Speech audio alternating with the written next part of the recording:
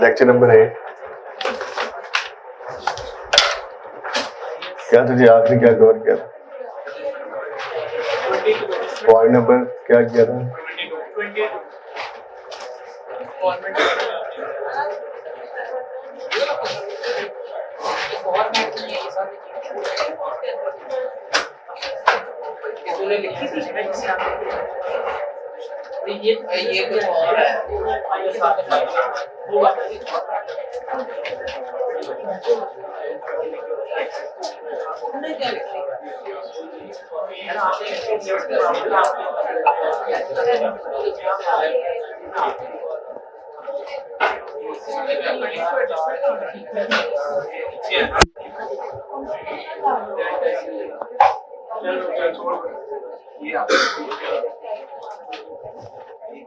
Question 2 ठीक है। 2 देखो, 2 वन तो वही है मेरे ख्याल से। 2 देखो, 2 तो मैं नहीं कह रहा यार।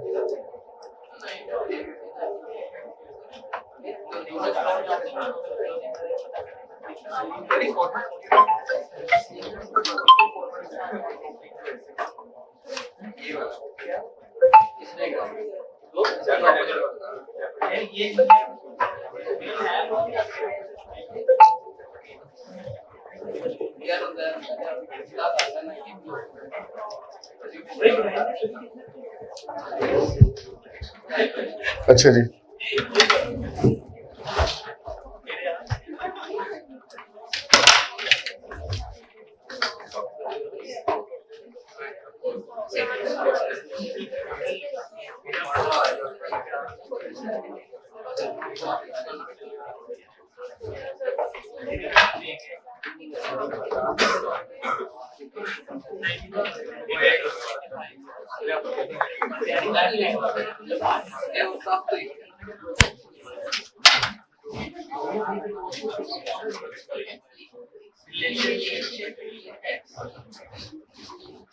मैं कहता हूँ 1 मिनट दो, कहता हूँ 1 मिनट दो बस। अभी है ना 15% है ना हमारे पास? ठीक।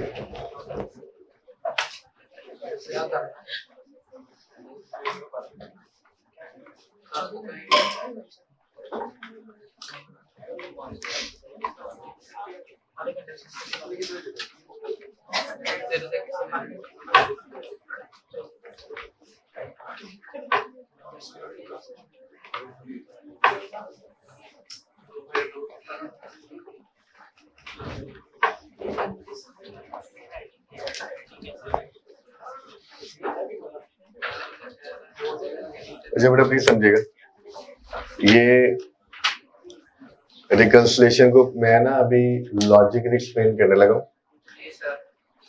2 चीजें बस मैंने बतानी है कि ये चीज इधर क्यों आती है और इसका साइन प्लस क्यों होता है और माइनस क्यों होता है। ठीक, समझे जरा। तो उसके बाद एक लिस्ट है, वो हम याद भी कर रखेंगे।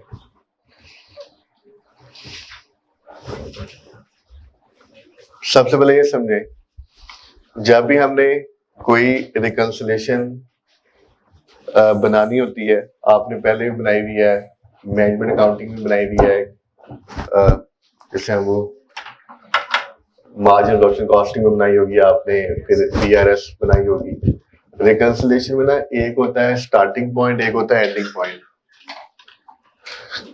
ये पूरी रिकंसिलिएशन में ना, पूरी रिकंसिलिएशन इसमें 2 बातें याद रखें।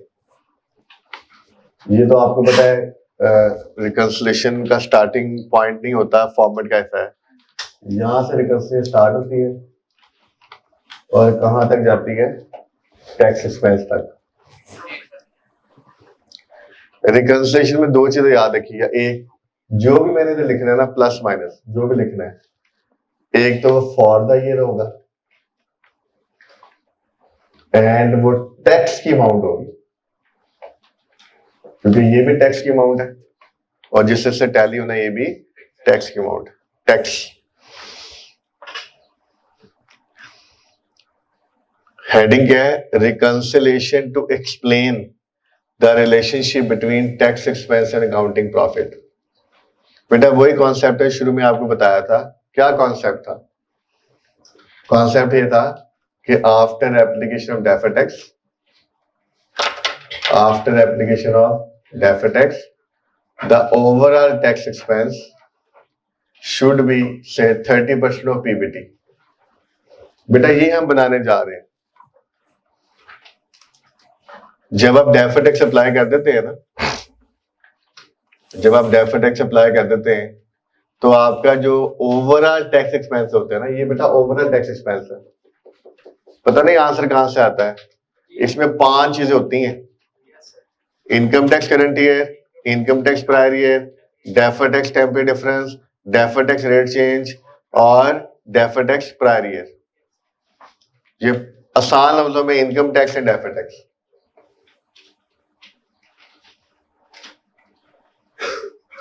ठीक है। After application of deferred tax the overall tax expense should be 30% of PBT. 30% of PBT.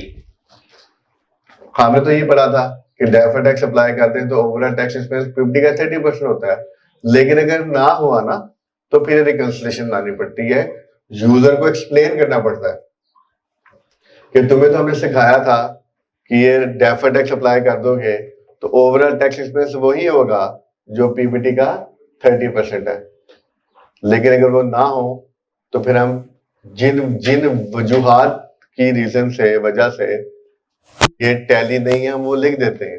अच्छा ये चीजें हैं, अगर ये ना हो तो देखो ये आंसर आना था। ठीक है, समझ गया बात। तो आसान आसान पॉइंट से मैं स्टार्ट कर रहा हूं। सबसे पहला क्या जी,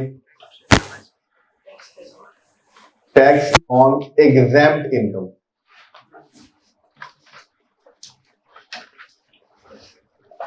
जितनी भी आपकी एग्जेम्प्ट इनकम होगी उसको मल्टीप्लाई करेंगे टैक्स रेट से। बेटा यहाँ एग्जेम्प्ट इनकम नहीं लिखनी, क्या लिखना है? Tax on exempt income. अच्छा लॉजिक सुनिएगा, अकाउंटिंग में बेटा हर इनकम इनकम है। फर्ज करो 10 रुपए की इनकम है, बेटा समझना ये भी एक ऐसा आइटम है जिसकी वजह से डेफर्ड टैक्स अप्लाई करने के बावजूद भी आपका ओवरऑल टैक्स एक्सपेंस आपके PBT के 30% के बराबर नहीं होता है।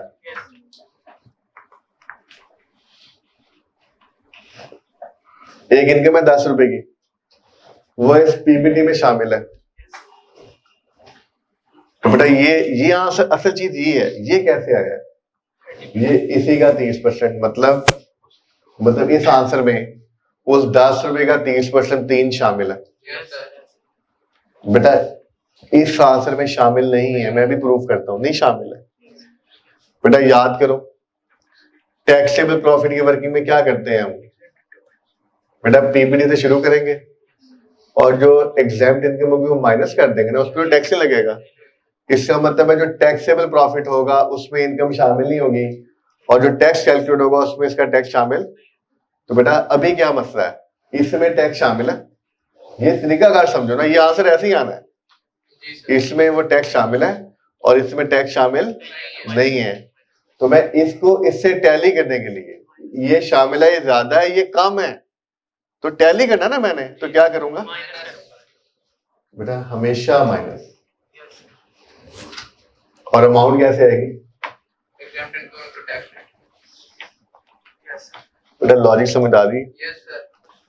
अगर एग्जेम्प्ट इनकम होगी ना तो डेफर्ड टैक्स अप्लाई करने के बावजूद भी आपका ओवरऑल टैक्स एक्सपेंस कुछ और होगा, वो PBT के 30% के बराबर नहीं होगा। हमने यही पढ़ा था बेटा, ये था कि जब डेफर्ड टैक्स अप्लाई कर दोगे तो आपका टैक्स एक्सपेंस ये होना चाहिए। आप यूजर को ये बता रहे हो ये होना चाहिए और ये है, क्या फर्क है, क्यों हुआ ऐसे, जबकि हमने डेफर्ड टैक्स भी कर दिया है? तो बेटा पहली वजह क्या हो सकती है? Exempt income. अच्छा माइनस करना ना, इससे शॉर्टकट बता देता हूं। जब हम टैक्सेबल प्रॉफिट की वर्किंग कर रहे होते हैं तो PBT में से इसको क्या करते हैं?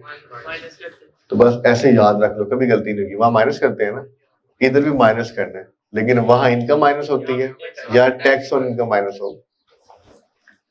दूसरा लफ्ज ये माइनस, दूसरा लफ्ज प्लस होना है, क्या है जी? Tax on inadmissible expense. यहां से कैसे आएगा? इन एडमिसिबल एक्सपेंस की जो अमाउंट होगी ना, उसे मल्टीप्लाई कर देंगे टैक्स रेट से, ऐड करेंगे। क्यों ऐड करते हैं बताया तो।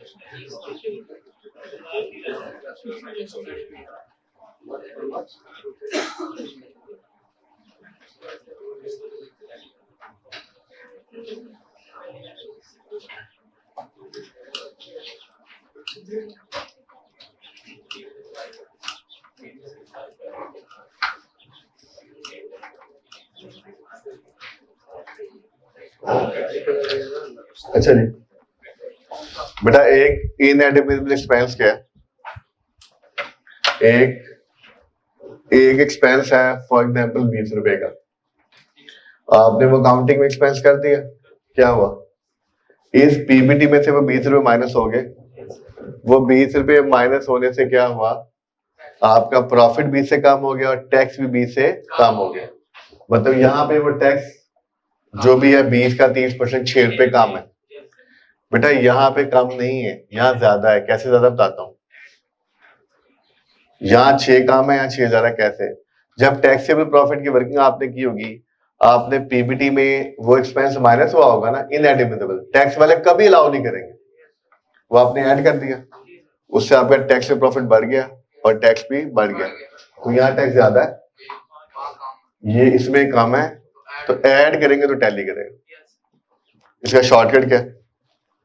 इसका शॉर्टकट क्या है कि टैक्सेबल प्रॉफिट की वर्किंग में इनएडमिसिबल एक्सपेंस ना ऐड करते हैं आप, वो माइनस हुआ आता है पीबीटी में, तो यहाँ पे भी ऐड करेंगे, लेकिन वहां पे एक्सपेंस ऐड होता है, या टैक्स और एक्सपेंस। तीसरी चीज, ये हमेशा माइनस करना है, टैक्स क्रेडिट। इसके बारे में 3 बातें बताई थी, 3 बातें। माइनस करना है, दूसरी बात बताई थी फुल अमाउंट, तीसरी बात बताई थी in year in which it arrive. ये 3 बातें बताई थी। मैं भी बताता हूं ये माइनस क्यों करना।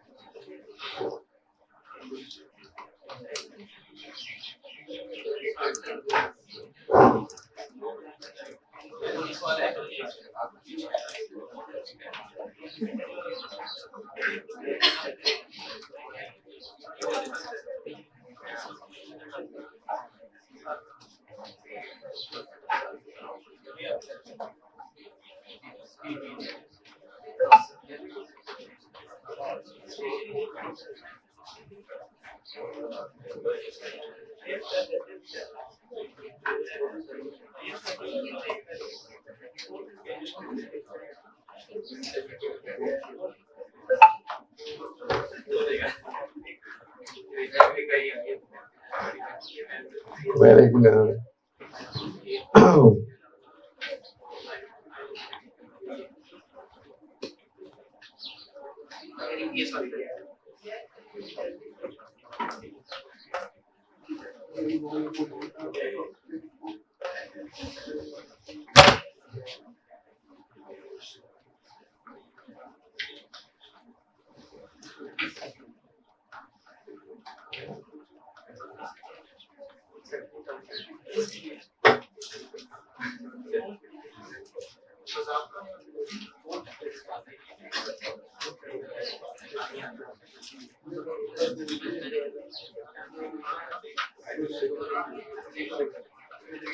अच्छा जी जी बेटा, मैं तो बस वो मिल गया मुझे, ठीक। अच्छा जी बेटा, टैक्स क्रेडिट प्लीज सुनेगा। टैक्स क्रेडिट ना एक, अच्छा भाई इधर इधर, टैक्स क्रेडिट एक ना एक एडिशनल बेनिफिट है जो आपको मिलता है किसी एक्टिविटी की वजह से। बेटा इस पीबीटी में बेटा लफ्ज क्या है? Profit before tax.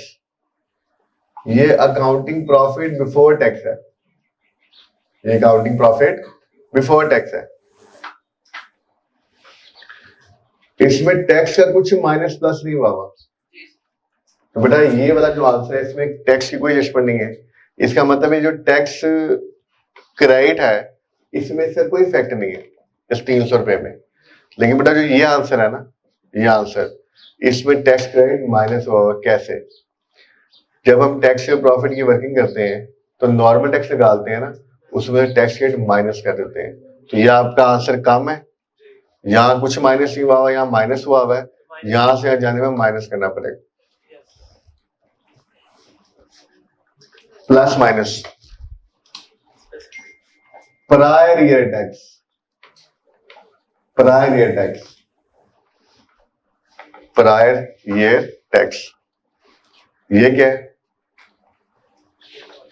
अगर आपको टैक्स एक्सपेंस का फॉर्मेट याद हो, income tax, current year, prior year, deferred tax में भी प्रायर ईयर आता है। और मैंने कहा था प्लस भी हो सकता है, माइनस भी हो सकता है। अब सुनिएगा, फर्ज करो, पता नहीं क्या होता है ये, फर्ज करो ये प्रायर ईयर टैक्स है। बेटा प्लस भी हो सकता है, माइनस भी हो सकता है। मैं प्लस की मिसाल ले रहा हूं। ये आपके इस एक्सपेंस में प्लस हुआ हुआ है, बेटा यहाँ प्लस हुआ हुआ ना।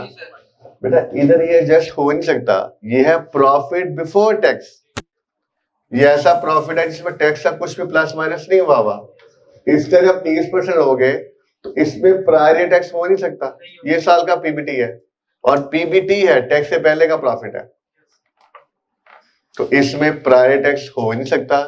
इसमें यहाँ प्लस हुआ होगा या माइनस हुआ होगा, बड़ी आसान सी बात है। रिकंसिलिएशन बाद में बनती है, टैक्स एक्सपेंस का नोट, वो जो एक्सपेंस पहले बनता है, वहां पे अगर प्रायर टैक्स प्लस हुआ हुआ तो यहाँ पे भी आप क्या कर दोगे? प्लस कर दोगे। वहां माइनस हुआ हुआ तो यहाँ पे भी माइनस कर दो। तो ये प्लस माइनस, नॉर्मली माइनस ही होता है ये, ठीक है। Tax on income at specific rate. अब इसका फार्मूला समझना, ये फार्मूला मैंने खुद बनाया हुआ है, ये फार्मूला मैंने इस कॉन्सेप्ट के मुताबिक बनाया हुआ है। देखना भी फार्मूला क्या था, देखना। इधर क्या लिखता था मैं पहले? टैक्स इन करंट ईयर, ये था जी, प्लस माइनस डी टैक्स का impact for the year, D tax impact for the year. फिर मैं क्या लिखता था इधर? Minus accounting income multiply by normal rate, tax rate, ऐसे ही। और मैंने कहा था तब कि माइनस आए तो माइनस कर दो, प्लस आए तो प्लस कर दो।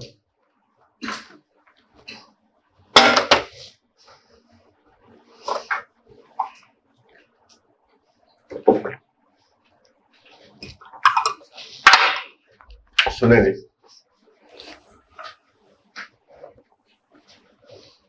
बेटा सुनेगा बेटा, जो मैंने ये लिखा है ना, ये accounting income multiply by normal rate जो लिखा है बेटा, असल में ये जो चीज है ये इस 300 में शामिल है। कैसे? अकाउंटिंग इनकम पीबीटी में शामिल है ना, मल्टीप्लाई बाय यहाँ तो नॉर्मल रेट यूज होता है ना। और जो मैंने ये लिखा है ये पता क्या है, ये चीज इसमें शामिल होती है, क्योंकि बेटा इसमें इनकम टैक्स भी आता है, डेफर्ड टैक्स भी आता है। तो मैंने इसमें ये वाली वैल्यू जो थी पता क्या लिखी, current year tax plus minus जो डेफर्ड टैक्स है फॉर द इम्पैक्ट है, ये फॉर द ईयर की है। तो जो ये लिखा हुआ है ये इधर है, और जो ये लिखा हुआ है ये इधर है 300 में।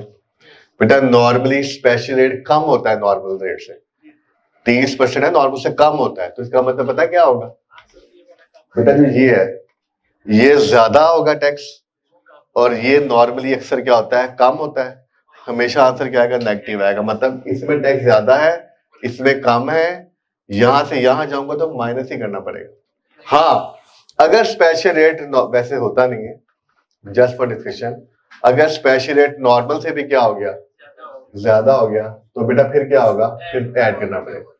तो ये इससे बनेगा फार्मूला। ये किसी आईएएस में नहीं लिखा हुआ, किसी किताब में नहीं लिखा हुआ, इसी को देखते हुए ताकि कोई भी सिनेरियो आ जाए मैच कर दे। अच्छा जी, आप जरा आइएगा, ताकि ये भी मैं कवर कर दूं। 5 पॉइंट हो गए हैं। एडजस्टमेंट में 31 पे आ जाए, फाइल आपके पास है।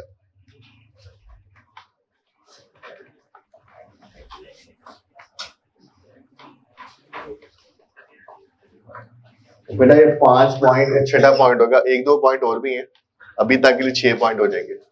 एडजस्टमेंट नंबर 31 पे आ जाए।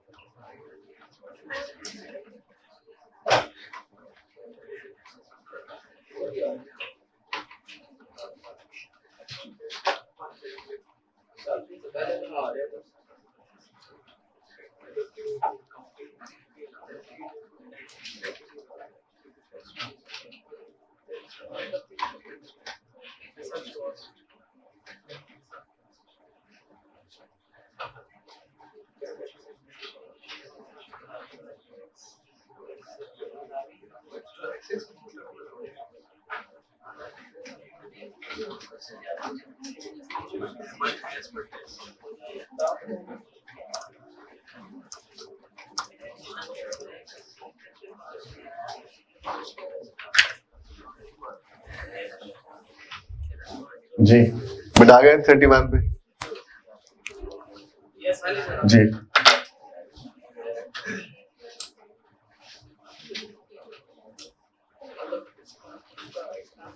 An expense, adjustment 31. An expense which is recorded as an expense in accounting, but as per tax, excess amount is allowed as an expense. बेटा ये एक दफा पेपर में आया हुआ है, वो कहता है सवाल, जरा मैंने आपको बताया था पहले भी कि सवाल बनाने वाला कोई भी रूल बना देगा, वो जरूरी नहीं है वो रूल पाकिस्तान के रूल से क्या करे, टैली करे, मैच करे। वो सवाल क्या था जी, मैं मिसाल आपको दे देता हूँ ताकि आपको पता चल जाए क्या करना है। वो कहता है एक डोनेशन आपने किया 100 रुपए की, अकाउंटिंग में आपने एक्सपेंस कर दी, टैक्स वाले कहते हैं हम आपको 150% एक्सपेंस अलाउ करेंगे। मतलब आपने 100 रुपए का डोनेशन किया है, टैक्सेशन पर्पज के लिए आप इसको क्लेम कर लें एक्सपेंस 150। आप भी हेडिंग देखें बेटा, कर हेडिंग देखें बेटा, एक्सपेंस 100 रुपए का है लेकिन टैक्स वाले क्या कर रहे हैं, कितना आपको अलाउ कर रहे हैं, 150%, मतलब 100 का 150%, 150 रुपए। ठीक है जी, डन। चले बेटा, करंट टैक्स में क्या होगा, अकाउंटिंग एक्सपेंस 100 रुपए एड बैक हो जाएगा और टैक्स एक्सपेंस 150 माइनस हो जाएगा। डेफर्ड टैक्स से तो कोई मसला ही नहीं है, लेकिन बेटा एक मसला आ जाएगा, रिकंसिलेशन। मैं इस पॉइंट को ऐसे समझाता हूं याद रखने के लिए, भूलेगा नहीं, ये इनएडमिसिबल का ऑपोजिट है। इनएडमिसिबल क्या होता है, आपने 100 रुपए का एक्सपेंस किया होता है, टैक्स वाले कहते हैं 1 रुपए का भी अलाउ नहीं करना, कभी अलाउ नहीं करना, ये उसका ऑपोजिट है। आपने 100 रुपए का किया, वो 150 का अलाउ कर रहे हैं, बेटा उसका ऑपोजिट है। तो 50 रुपीज ज्यादा अलाउ कर रहे हैं ना, जो कि आपने तो नहीं यहाँ पीपीटी में से माइनस किए हुए।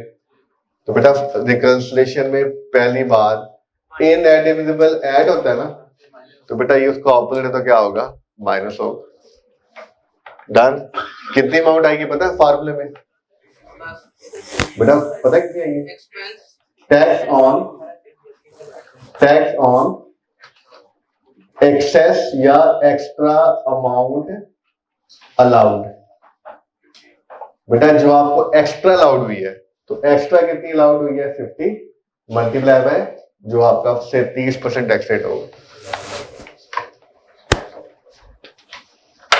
ठीक है, excess amount allowed multiply by tax rate, तो ये क्या हो जाएगा बेटा, 6 बातें हुई हैं, अभी 2-3 और बातें आएंगी। ये 6 बातें याद रखनी है, इनमें से कोई भी अगर एक हुई तो डेफर्ड टैक्स अप्लाई करने के बावजूद भी आपका जो ओवरऑल टैक्स एक्सपेंस है वो पीबीटी का 30% नहीं होगा। आप इन 6 को एडजस्ट करेंगे तो टैली कर देगा, इसका मतलब है बस यही वो रीजन है। और अगर इनमें से कोई भी चीज ना हुई तो डेफर्ड टैक्स अप्लाई करने के बाद आपका जो टैक्स एक्सपेंस है ओवरऑल वो पीबीटी के 30% के बराबर होगा। 30% यहाँ पे सिंबॉलिक रेट है, सिंबॉलिक रेट। एडजस्टमेंट नंबर 34 पे आ जाए। अब मैं ये कर लेता हूँ जी ऊपर।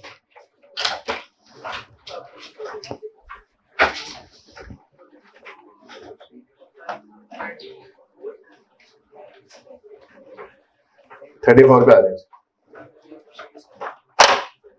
क्या हो गया, तो फिर ऐसे क्यों बिहेव कर रहे हो, अजीब सा।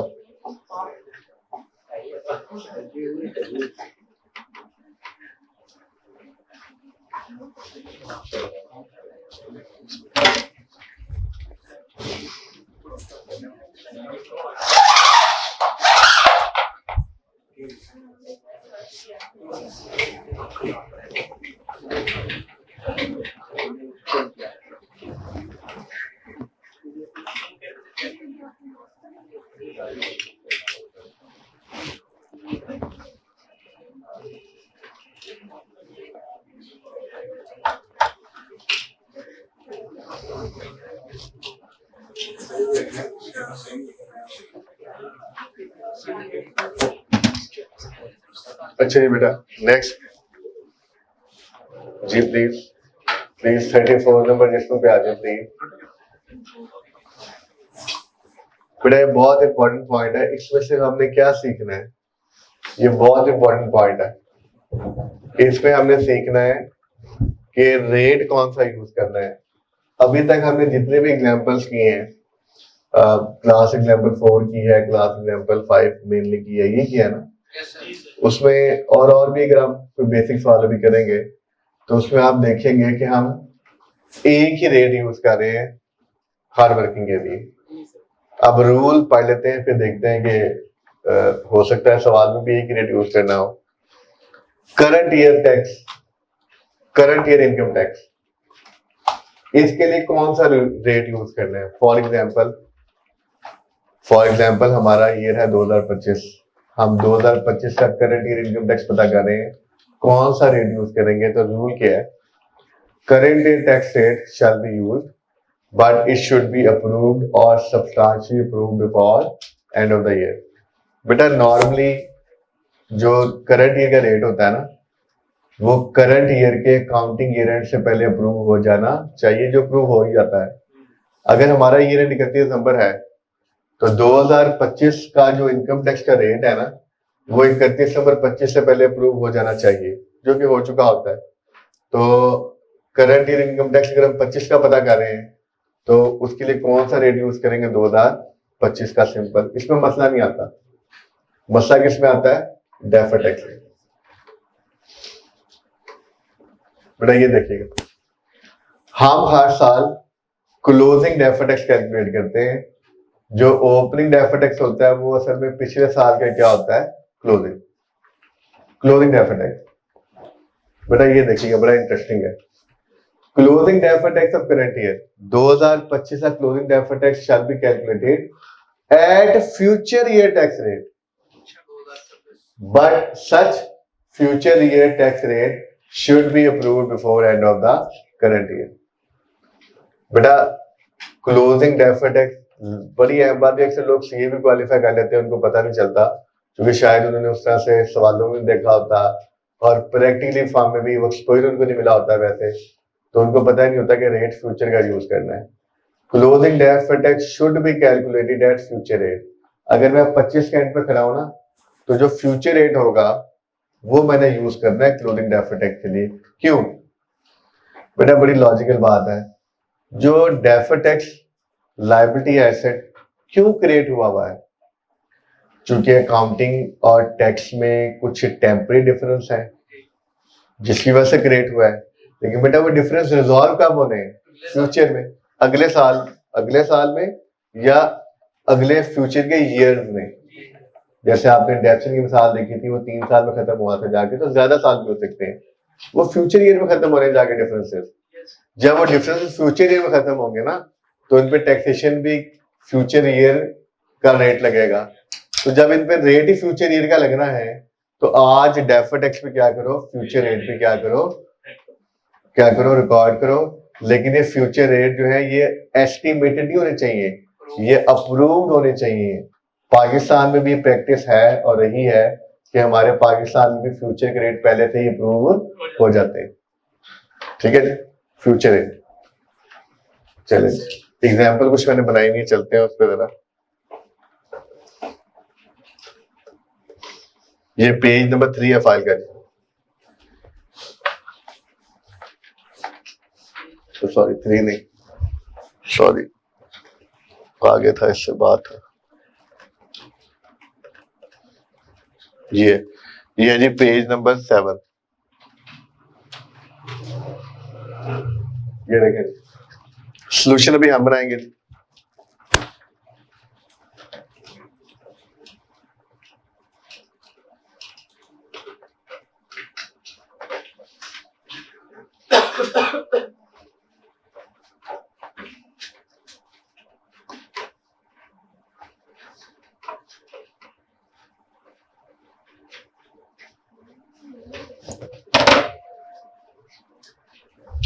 अच्छा जी, बेटा देखिएगा एग्जाम्पल नंबर 1 इधर कर दो यार।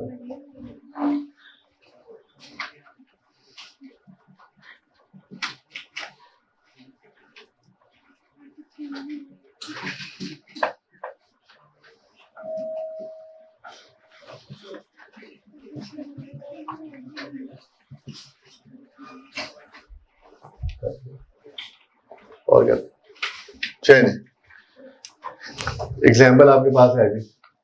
एग्जाम्पल नंबर 1, 2019 का टैक्स रेट 30% है और 2020 एंड ऑनवर्ड 29% है, और ये रेट जो है ये 31 दिसंबर से पहले अप्रूव हो चुके हैं। बेटा 19 हमारा करंट ईयर है, तो करंट ईयर टैक्स का कौन सा रेट होगा? 30। बेटा 19 के एंड पे, 19 का जब हम क्लोजिंग डेफर्ड टैक्स पता करेंगे ना, तो उसके लिए फ्यूचर का रेट यूज होगा, और फ्यूचर का रेट पहले से अप्रूव हो चुका है कितना, ये देखें बेटा। इन एग्जाम्पल में बस हम क्या सीख रहे हैं, रेट कौन सा चूज करना है बस। एग्जाम्पल 2 पे आ जाइए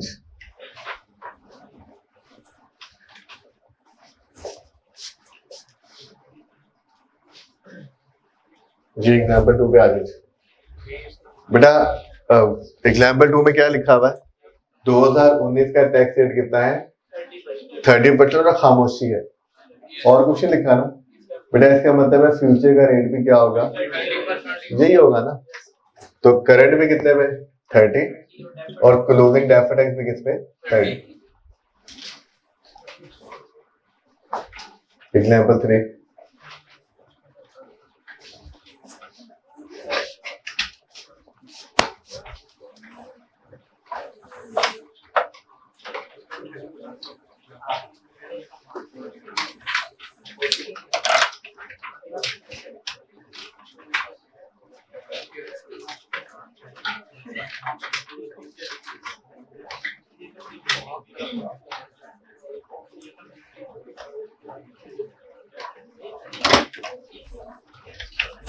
जी। एग्जाम्पल 3 में देखें जी क्या है, 19 का टैक्स रेट 30% है, 20 और 20 से आगे का टैक्स रेट 29% है, और लिखा हुआ है 20 और उसके बाद का रेट कब अप्रूव हो गया था, तब 30 मार्च 30 मार्च 31 मार्च कह लें 2020। अच्छा, जो करंट टैक्स कितना होगा, और डेफर्ड टैक्स 30। बेटा बिफोर एंड अप्रूव नहीं हुआ ना, तो अभी तो 30 पे निकल बेटो।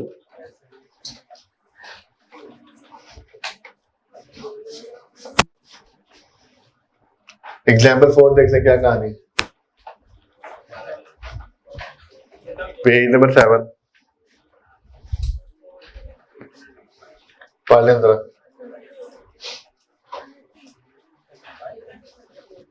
ये तो 30% आएगा,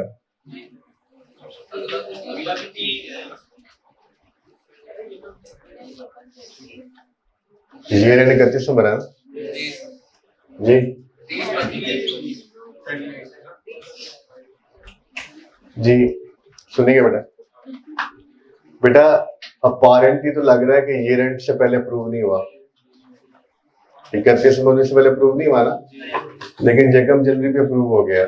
ऊपर एक लफ्ज आ था सब्सटेंशियली अप्रूव्ड। ये डिस्कशन हमारी IS 37 में भी हुई थी।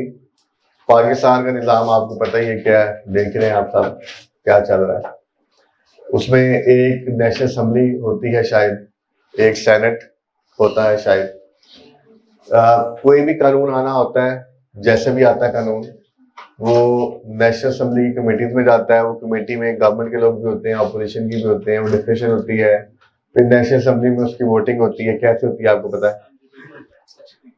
आप लोग तो लेके आते हैं ना। तो वोटिंग के बाद फिर वो अप्रूव होने के बाद सेनेट में जाता है, उसमें वहां पे कमेटी ये होती है, उस पर डिस्कशन डेलिब्रेशन। फिर सेनेट की वोटिंग आपको पता है कैसे होती है, तो वोटिंग के बाद अप्रूव हो जाता है। उसके बाद वो सदर पाकिस्तान के पास लाया जाता है। सदर साहब पता ही आपको हालात सारे, तो वो सदर साहब ना भी साइन किए तो कुछ अर्से बाद वो खुद ही एप्लीकेबल हो जाते हैं। तो सुने जी बेटा, असल चीज पता है क्या है? असल चीज है कि जब वो नेशनल असेंबली सेनेट ने अप्रूव कर दिया, अगर 1 जनवरी को सदर साहब ने अप्रूव किया है 2020 को, इसका मतलब है वो 1 जनवरी से पहले क्या हो चुका था, अप्रूव हो चुका था। सर अप्रूव का मतलब है नेशनल असेंबली सेनेट ने उसको ओके कर दिया था। तो सदर साहब का तो सेरेमोनियल रोल है पाकिस्तान में, जो निज़ाम है आपको पता ही है। तो उसमें अगर अब एग्जाम पॉइंट से सुन लें, लिख लें अपने लफ्जों में, अगर ये रेंट के 1-2 दिन बाद, ज्यादा नहीं, अपने लफ्जों में लिख लें, अगर ये रेंट के 1-2 दिन बाद, अगर ये रेंट के 1-2 दिन बाद कोई रेट अप्रूव हो रहा है ना, ये रेंट के 1-2 दिन बाद अगर कोई रेट अप्रूव हो रहा है, तो हम अज्यूम करेंगे कि ये रेंट पे, हम अज्यूम करेंगे कि ये रेंट पे वो रेट अप्रूव हो चुका था। अगर ईयर एंड के 1-2 दिन बाद कोई रेट अप्रूव हो रहा है तो हम अज्यूम करेंगे कि ईयर एंड तो रेट अप्रूव हो चुका था।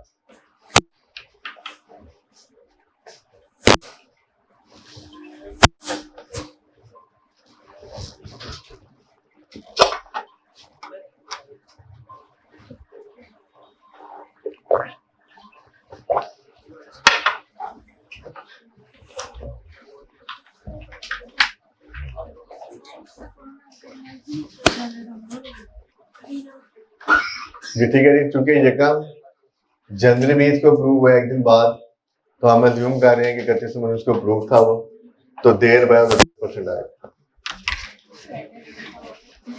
एग्जाम्पल नंबर 5 एमसीक्यू में आ सकती है, बड़ी अच्छी एग्जाम्पल है ये। आईएस की एक एग्जाम्पल को मैंने कन्वर्ट किया हुआ है डाटा उसका देख के। लाइट पे करते हैं, ये देख सकते हैं, इधर कर दो। थैंक यू बेटा। एग्जाम्पल देखिए बेटा, ये पेपर में एज क्वेश्चन तो नहीं आएगी लेकिन एमसीक्यू में आ सकती है। देखिए जरा, ये बेस्ट एग्जाम्पल है इस बात को समझाने के लिए कि हम फ्यूचर का रेट क्यों यूज करते हैं। तो देखिएगा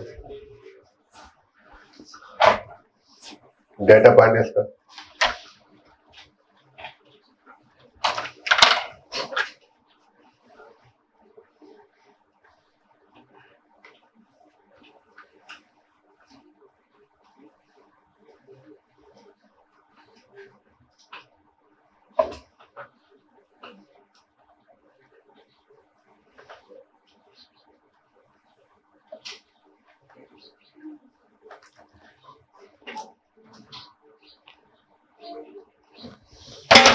जी बेटा, 2019 करंट ईयर है, उसका रेट 33% है। 20 और 20 के बाद में रेट 31/19 से पहले अप्रूव हो चुके हैं। 20 का रेट 32% है, फिर 31% है, फिर 30% है, फिर 29% है। बेटा हम आज खड़े हैं 31/19 पे।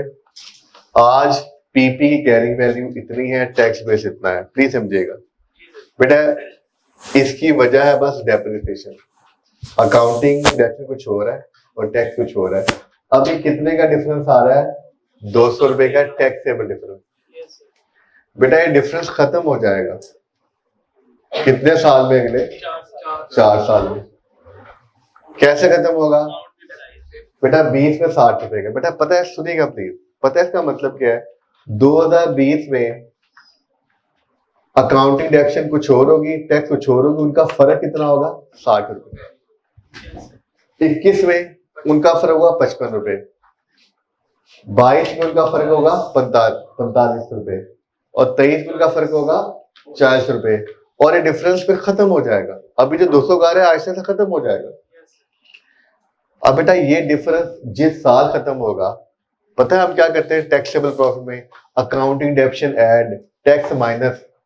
बेटा उसी साल का रेट लगेगा ना। तो जब मुझे आज मैं 31/19 में खड़ा हूं, बेटा ये वर्किंग करना कोई मुश्किल काम नहीं है। हम पता लगा सकते हैं कि हमारा ये सेट है, अकाउंटिंग की अगले 4 साल इतनी डिडक्शन होगी, टैक्स की इतनी होगी, ये फर्क हम निकाल सकते हैं बड़े आराम से। 31/19 में हमें पता है कि ये हर साल ये फर्क खत्म हो जाएगा और हमें ये भी पता है कि उस साल का ये रेट होगा। बेटा इस डिफरेंस में ना इस रेट का इफेक्ट आना है फ्यूचर में। तो बेटा आज भी डेफर्ड टैक्स लायबिलिटी इन्हीं रेट्स के मुताबिक क्या होगी? कैलकुलेट होगी। जब मुझे पता है कि इस डिफरेंस ने फ्यूचर में इस रेट में जस्ट या टैक्स होना है, तो आज मैं लायबिलिटी एसेट उतने का बुक करूंगा ना, जब मुझे पता है रेट अप्रूव्ड है पहले से। तो देखिएगा इसका आंसर कैसे आएगा, देखिएगा।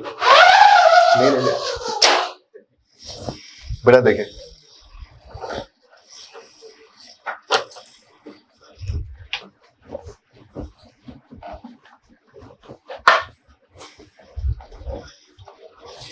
बेटा अगर एक रेट होता ना, ये एमसीक्यू में एग्जांपल आ सकती है। बेटा अगर एक रेट होता तो कैरिंग वैल्यू टैक्स बेस में टेम्परेरी में 200 रुपये आ जाता और मैं एक रेट से मल्टीप्लाई कर देता और मेरे पास डेफर्ड टैक्स लायबिलिटी आ जाती।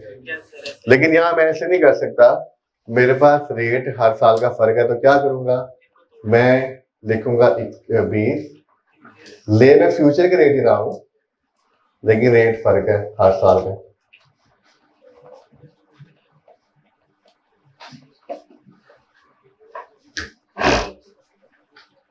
क्या है जी, 32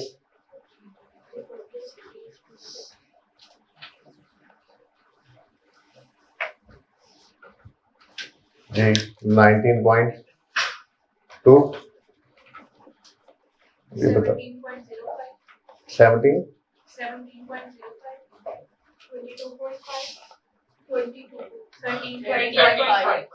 जी, टोटल कर दूं सारे देखें, ठीक क्या जी, ये 6 टोटल 61.35। बेटा ये आपका डेफर्ड टैक्स लायबिलिटी, ये 200 रुपए का डिफरेंस है। कैसे कैलकुलेट होगी,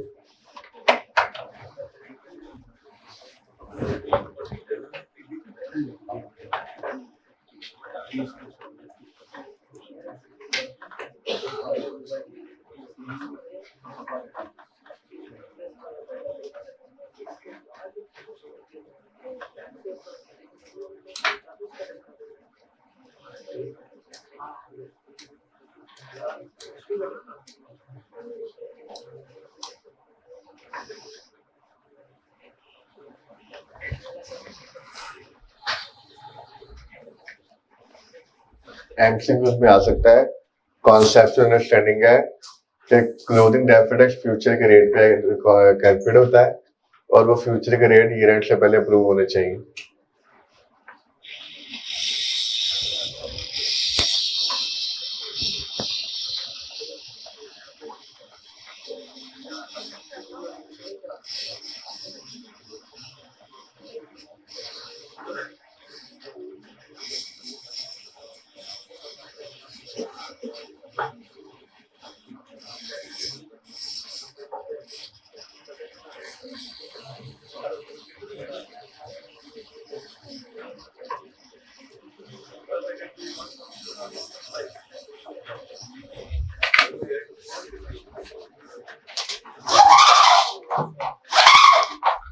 एडजस्टमेंट 36, ये IS 21 का पॉइंट है, प्लीज सुनेगा।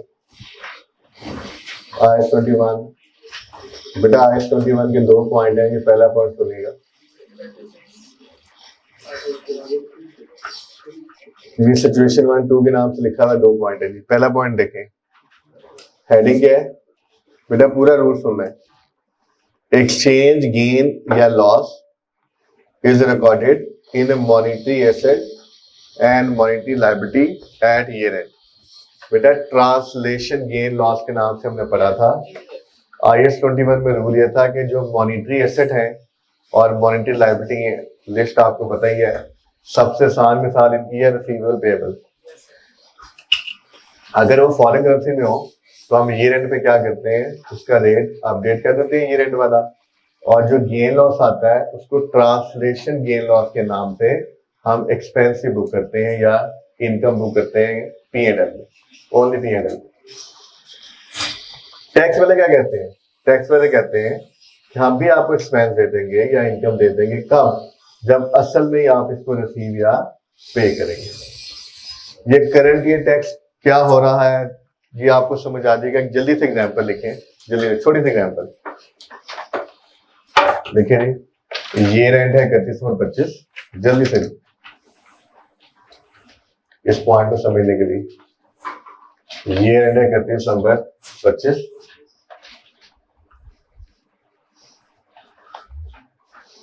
ये रेंट है 31/25, लिखे जी। मैं पेएबल की मिसाल करवा देता हूँ, मतलब एक मिसाल करवा देता हूँ। देखिए जी, 1 नवंबर को इन्वेंट्री बाय की है $1200 की। 1 नवंबर को इन्वेंट्री बाय की है $1200 की। ठीक है, और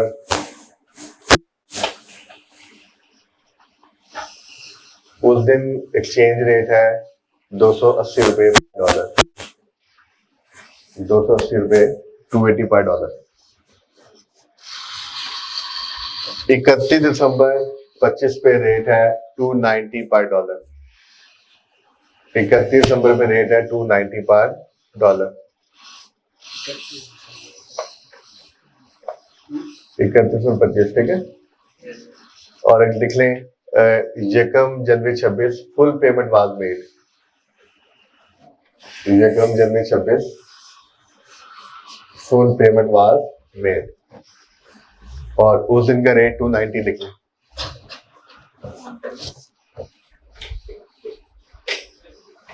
यकम जनवरी का रेट भी सेम कर दें 290।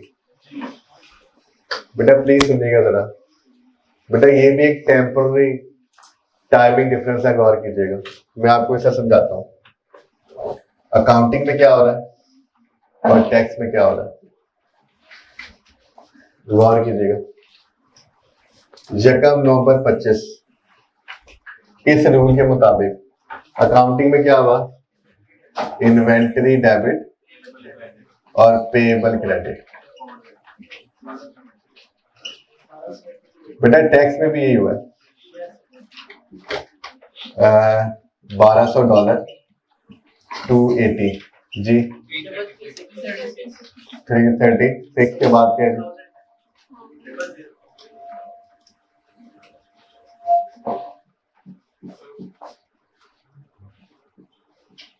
जी,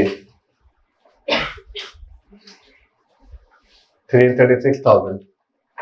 बेटा अब ईयर एंड में क्या हुआ, अकाउंटेंट ने तो ट्रांसलेशन गेन या लॉस अपडेट करना है ना। ये देखें जी, $1200 मल्टीप्लाई बाय 290 माइनस 336। बेटा पेबल है ना, पेबल है, वैल्यू बढ़ गई है, कितने का जी, 12,000 का लॉस आ गया। इसे मैं कहूंगा एक्सचेंज ट्रांसलेशन लॉस। बुक ये P&L में होना है, और पेबल क्रेडिट। बेटा ये मिसाल जो बनाई है ये एक टेम्पररी डिफरेंस है, 12,000, और इधर ये कोई एंट्री नहीं करेगा। अब देखें क्या होगा, पेएबल की कैरिंग वैल्यू कितनी हो जाएगी, 348, और टैक्स बेस कितनी रहेगी, 336। बेटा मेरी इस एग्जांपल में ये मैंने एग्जांपल ऐसी बनाई है जिसमें एक तो लायबिलिटी है और रेट वो वैल्यू ज्यादा होगी है, तो टैक्सेबल डिडक्टेबल। बेटा लायबिलिटी है ना, डिडक्टेबल डिफरेंस आ गया, ठीक है। बेटा मैं साबित कर रहा हूँ ये टेम्पररी डिफरेंस है। अभी देखना क्या होगा, यकम जनवरी 26, बेटा जब पेमेंट होगी तो एक दिन बाद ही पेमेंट होगी, यहाँ पेएबल कितने से डेबिट हो जाएगा, 348, और बैंक भी कितने से क्रेडिट होगा, बेटा 348 सेम रेट है। अकाउंटेंट तो ये एंट्री करेगा ना। बेटा टैक्स की नजर में पता क्या एंट्री होगी, बेटा टैक्स की किताबों में तो पेएबल अपडेट नहीं हुआ था ना, वो कितने का आ रहा होगा, 336 का। टैक्स वाले कहते हैं जो एक्स्ट्रा पे करोगे एक्सपेंस मिल जाएगा, बट पेमेंट में मिलेगा ना, अभी थोड़ी मिलेगा। बैंक कितना, 290 इंटू 1200, 348, 12,000। बेटा अब वो P&L में आपको एक्सपेंस क्या कर देंगे, अलाउ कर देंगे। बेटा टेम्पररी डिफरेंस है, अकाउंटेंट ने 12,000 रुपये एक्सपेंस 25 में रिकॉर्ड कर दी है, और टैक्स वाला कब रिकॉर्ड कर रहा है, 26।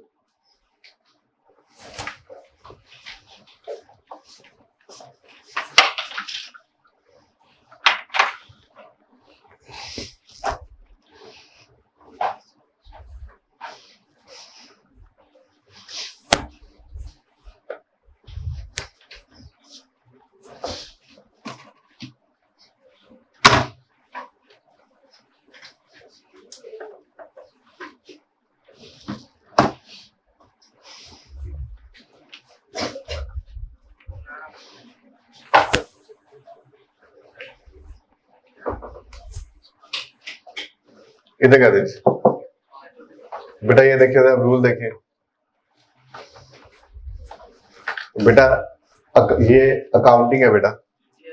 अकाउंटिंग अगर गेन आया होगा तो हमने ये बेटा ये मैं 25 की काउंटिंग करवा रहा हूँ, 25 की, जिस साल आपने अपडेट किया है, 26 की बात नहीं कर रहा। अकाउंटिंग गेन ऐड किया होगा तो लेस कर देंगे, और अगर एक्सचेंज लॉस हुआ तो माइनस किया होगा, ऐड कर देंगे बेटा। ये अगले दो लफ्ज लिखे हुए हैं ना, ये मैंने 26 के एतबार से लिखे हुए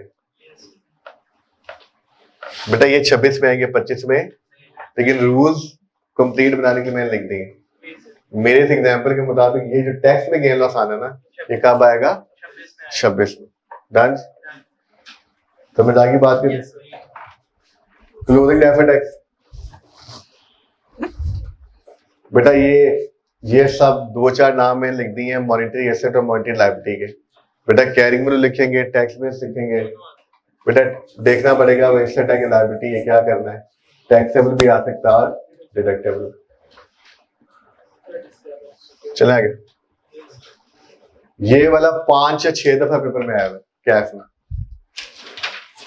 ये भी आया छोटी वाली है। अब कुछ और बात है, देखिए ये जो मैंने ये लिखा हुआ ना, ये ना पढ़िएगा अभी, पहले एग्जाम्पल करवाता हूँ फिर बताता हूँ।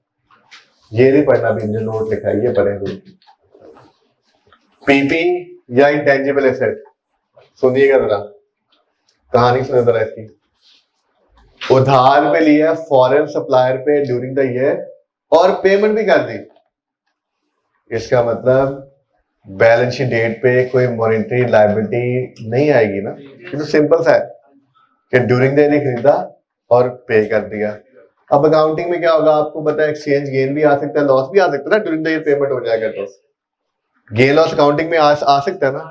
टैक्स वाले क्या फरमाते हैं, अकाउंटेंट ने तो क्या किया होगा, उससे तो इसको गेन लॉस रिकॉर्ड किया होगा बेटा। ये ट्रांसलेशन वाला पॉइंट नहीं है, यहां पे बात ईयर एंड तक पहुंची नहीं है।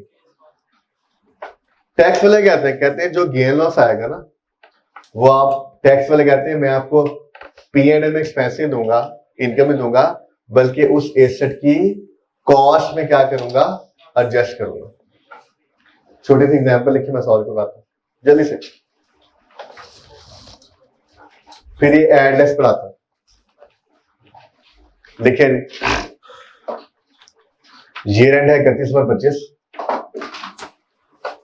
ये रेंट है 31/25। लिखिए जी 1 जनवरी 25, 1 जनवरी 25 पीपी बॉट ऑन क्रेडिट, 1 जनवरी 25 PP bought on credit $1,000। Credit पे लिख दो, उधार पे लिए। यकम जनवरी 25 पर उधार पे लिए $1,000 का। उस दिन एक्सचेंज रेट है यकम जनवरी 25 को $280 पर डॉलर।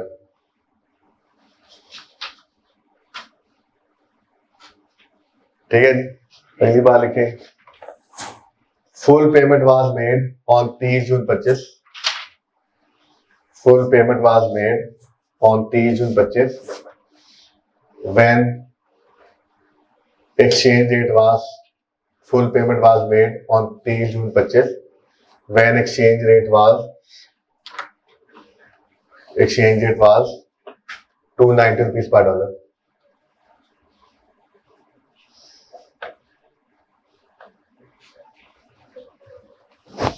ठीक है जी, यस सर। चलो एक बात और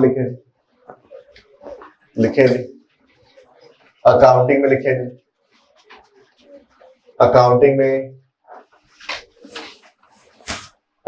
में स्ट्रेट लाइन मेथड है और 5 साल लाइफ है एसेट की। अकाउंटिंग में स्ट्रेट लाइन मेथड है और 5 साल लाइफ है, और टैक्स में 10% रिड्यूसिंग बैलेंस मेथड। टैक्स में 10% रिड्यूसिंग बैलेंस मेथड। ठीक है जी, एग्जाम्पल आ गई ना। आप देखें जो मसला है मैं एंटी उसी की करूंगा बेटा बस। मैंने सारी एंट्रीज ही करनी, डेप्शन वगैरह सारी, जिसमें मसला है वो बताने लगूंगा। रूल आपके सामने है, अकाउंटिंग टैक्स। बेटा प्लीज सुनिएगा। 1 जनवरी 25 अकाउंटेंट क्या करेगा? पीपी डेबिट और पेएबल क्रेडिट। ये रेंड 31 और 25 से मैं बता चुका हूं। बेटा टैक्स वाला भी एंट्री करेगा, पीपी डेबिट पेएबल क्रेडिट। $1000 280,000 280,000।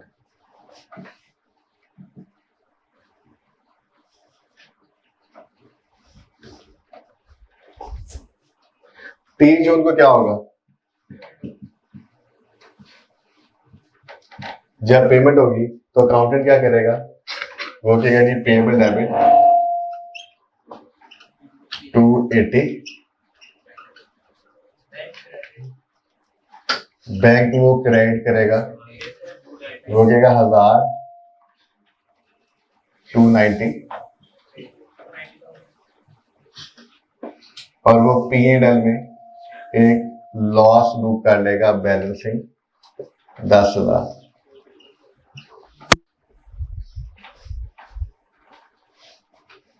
ठीक है जी। टैक्स में क्या होगा बोला? टैक्स वाले कहते हैं जी पेएबल डेबिट 280 और बैंक क्रेडिट 290। वो कहते हैं जो भी ये डिफरेंस आएगा ना, वो आपने इनकम एक्सपेंस करना है, एसटी कॉस्ट में एडजस्ट करना है। बेटा लॉस है ना, बेटा आसान तरीका, लॉस है ना आसान तरीका। बेटा लॉस डेबिट होता है ना, वो कहता है लॉस की या गेन की जगह पीपी डेबिट ऐड करो। तो बेटा लॉस डेबिट होता है, उसकी जगह पीपी डेबिट कर दो। और गेन आता तो गेन क्रेडिट होता है ना, उसकी जगह पीपी क्रेडिट कर दो, या इंटेंजिबल एसेट व्हाटएवर। तो बेटा ये एंट्री बनेगी।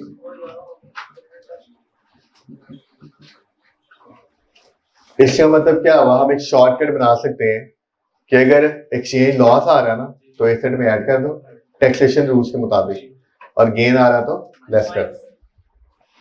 अब ये देखें अकाउंटिंग टैक्स, गौर करना जरा। 280,000 एडजस्टमेंट होगी। अकाउंटिंग में तो कुछ नहीं होगी, टैक्स में कितनी होगी? 10,000 से क्या हो जाएगा? ऐड हो जाएगा 280 290। कितना जी यहाँ पे? इसके बाद डेप्शन चार्ज होगी, और फिर क्या आ जाएगा? ये रेंट आ जाएगा। कितनी? 5 साल लाइफ है जी, स्ट्रेट लाइन 56 224। बेटा ऐसे काम करना होगा सवाल में, डेटा फर्क होगा करना, ये काम है। इधर कितना? 10% है ना? कितना? ये नहीं।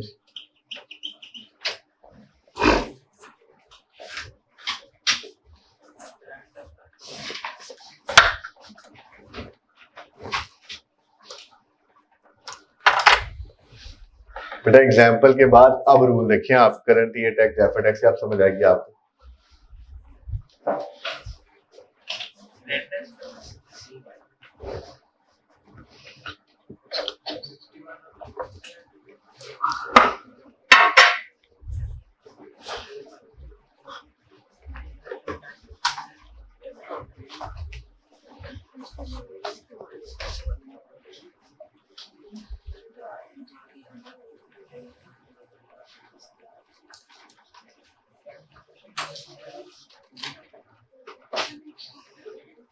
अली भाई ईपीएस तैयार हो गया? मैंने टेस्ट है ना फ्राइडे को किया था। आज तो अलग टेस्ट है ना, आज तो ईपीएस है ही नहीं ना।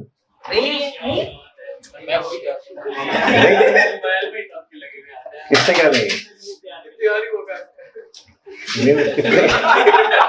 नहीं ईपीएस है 20 नंबर का। 20 marks.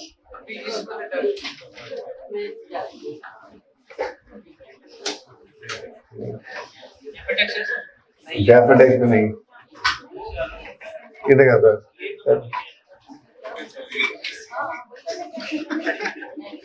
डेफिनेट नहीं यार, कंसोलिडेशन तो होगी, ऑब्वियसली बात है। चलिए बेटा देखें, बेटा ये वही मैंने अभी जो आपको समझाया है कि अगर लॉस आया तो ऐड कर देंगे, गेन आया तो लेस कर देंगे। अच्छा आप देखिए करंट ईयर टैक्स, बेटा अकाउंटेंट ने तो गेन लॉस से बुक किया होगा ना P&L में, गेन लेस कर देना, लॉस ऐड बैक कर देना। अकाउंटिंग और टैक्स डेप्ट में फर्क होगी, आपने देखा, वो भी कर देंगे।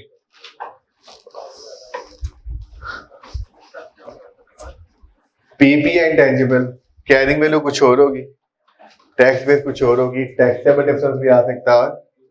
यहाँ पे सामने एग्जांपल सॉल्व किया है। लोन किधर गया जी? लोन क्यों नहीं लिखा मैंने वर्किंग में? लोन बेटा खत्म हो गया 30 जून को ना, लोन सॉरी वो जो सॉरी पेबल बेटा खत्म हो गया, तो वो तो ईयर एंड पे आएगा।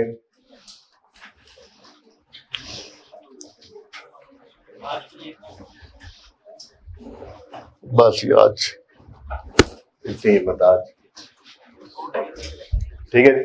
अच्छा हमारे ना काफी पॉइंट हो चुके हैं, अब कल हमने सवाल करना है, अभी कुछ पॉइंट रहते हैं, 3 4 5 इंपॉर्टेंट पॉइंट रहते हैं अभी, बाकी हमने काफी कवर कर लिए, तो कल हम एक प्रॉपर सवाल करेंगे और फिर एक आध पॉइंट में साथ कर लेंगे, ठीक है जी। अभी रहते हैं 4 5 पॉइंट, ठीक है जी।